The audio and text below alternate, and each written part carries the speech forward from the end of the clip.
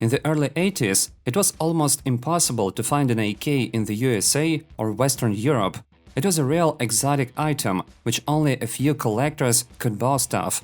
Today, the number of these rifles on the civilian market is simply incalculable. Dozens of companies produce hundreds of different AK modifications every year, both in America and abroad. It is a gigantic industry that brings in hundreds of millions of dollars every year.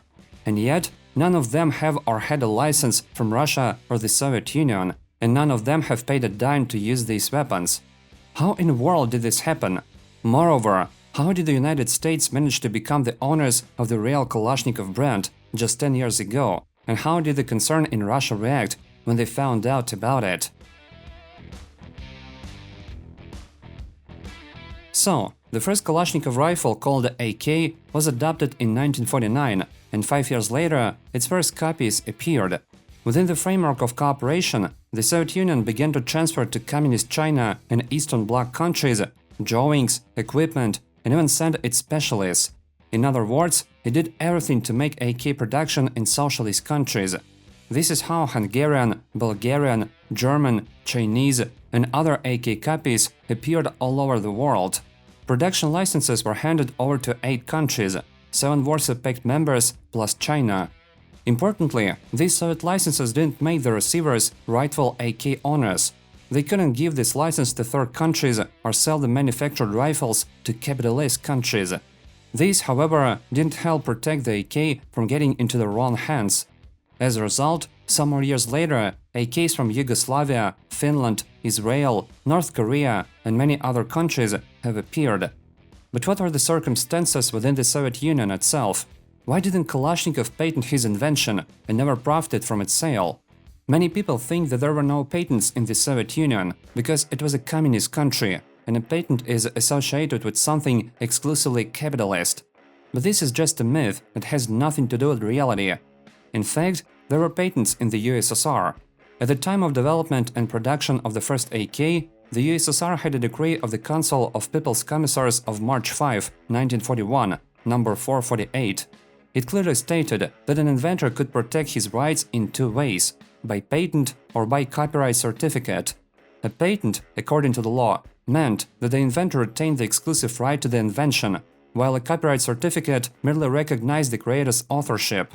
Kalashnikov could not obtain a patent because the same law, in Article 5, Section 1, states that if an invention is made in connection with work in design bureaus, research institutes, pilot shops, or other enterprises, only a copyright certificate is issued. In addition, if the invention was made at the request of a state body, and if the inventor received monetary or other material assistance from the state when creating his invention, he cannot obtain a patent either. Therefore, there was no question of any patent protection for the AK of the 49 model. There are a lot of myths around patent law in general, as if I created something, I just need to file a document somewhere and all countries will pay me for my invention. In fact, this is not even close to being true. For one thing, you can only apply for a patent within the first 6 months of public disclosure of your invention. But even if the AK was claimed in the 50s, a patent is only valid in the states where it was obtained. There is no such thing as a world or international patent. At best, it would be valid in a group of states, like how a European patent is valid in all EU countries. Moreover, any patent is valid for a maximum of 20 years, so it is simply unrealistic to protect an AK or AKM rifle after half a century. The same was true of the AK-74, which appeared in the mid-70s.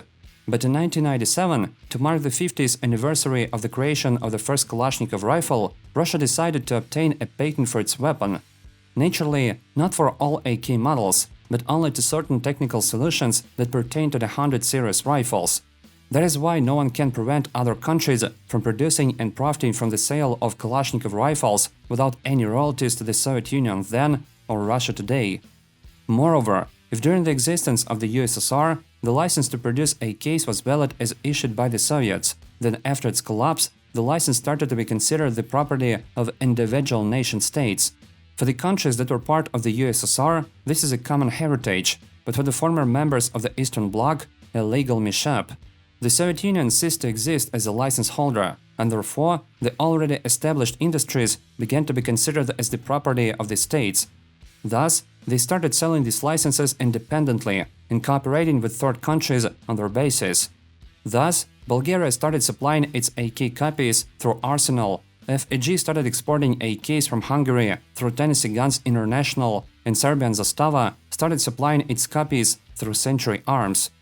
It is worth mentioning that Russia, as the legal successor of the Soviet Union, could have revised the license agreements and updated their status. However, these measures weren't taken on time, because at that period of history, the country was in a state of crisis and partial loss of control due to the global restructuring of the system. But these are Soviet-era AKs, it's all clear here. But how did the United States come to own the modern Kalashnikov brand, which is registered in Russia and has all the patents? It all started in 2014. Then, the United States imposed sanctions, under which Kalashnikov concern itself also fell, and the export of AKs from Russia was stopped. A year earlier, the concern tried to register its brand abroad, but after the sanctions were imposed, the registration procedure was stopped. Then, a company called Russian Weapon Company decided to become the new owner of the Kalashnikov brand. Despite the name, it has nothing to do with Russia. It is a firm originating from Pennsylvania, created by US citizens. All the years before the sanctions, it was RVC that was the exclusive supplier of AKs from Russia. It imported and sold these rifles in the United States under the Kalashnikov brand, having official contracts with the Russian concern. But when sanctions were imposed on it, RVC claimed its rights and got permission to use the original brand, managing to appropriate even the cherished K letter from the logo. This is how Kalashnikov USA came into being, which began to independently produce AKs of both Soviet and Russian periods under the world-famous name. Among them are civilian versions of AK-104, PP-1901 VT submachine gun, Saiga-12 shotgun, and more. The concern representatives repeatedly made accusations against KUSA.